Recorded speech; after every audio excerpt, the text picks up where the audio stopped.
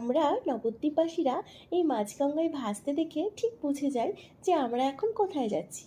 আর হ্যাঁ, আপনিও ঠিক ধরেছেন, আমরা এখন যাচ্ছি মায়াপুরে, যা আমাদের বাড়ির খুব কাছে। কিন্তু আমরা সচরাচর গিয়ে উঠতে পারি না। আমরা তখনই যাই যখন আমাদের বাড়িতে কেউ বেড়াতে আসে, তাদের ঘুরতে নিয়ে যাওয়ার জন্যই আমাদের ওখানে যাওয়া হয়। আর আজকে দেখেছেন, মায়াপুরে আমরা পৌঁছাতে না পৌঁছাতেই লেগে গেল জোর বৃষ্টি। ও হ্যাঁ, আপনাদের তো বলাই হয়নি, আজকে আমরা যাদের জন্য মায়াপুর ভ্রমণ করতে গেলাম তারা হচ্ছেন আমার হাজব্যান্ডের বেস্ট ফ্রেন্ড এবং তার ওয়াইফ। প্ল্যান ছিল আজকে মায়াপুরে আমরা প্রসাদ গ্রহণ করব, এবং সেই মতো আমরা 150 টাকার কুপনটা মানে টিকিটটা কেটেছিলাম।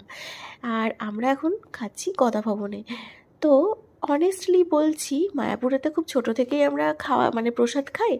তো আগেকার যে কোয়ালিটি মানে যা টেস্ট, সেই তুলনায় এখন কিন্তু অনেকটা কম। আপনাদের কি মতামত একটু জানাবেন। যাই হোক, খাওয়া দাওয়া সেরে আমরা তো বাইরে বেরিয়ে দেখি বাইরে পুরো বন্যা হয়ে গেছে।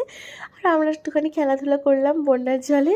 আর আমার না প্রচণ্ড ঠান্ডা লেগেছে, তাই কথাগুলো একটু অন্যরকম হচ্ছে, আপনারা একটু বুঝে নেবেন। আর চারজনে মিলে আজকে দিনটা আমরা ভীষণ ভালো কাটালাম। আর ভিডিওটা আপনাদের কেমন লাগলো কমেন্টে কিন্তু জানাবেন। টাটা।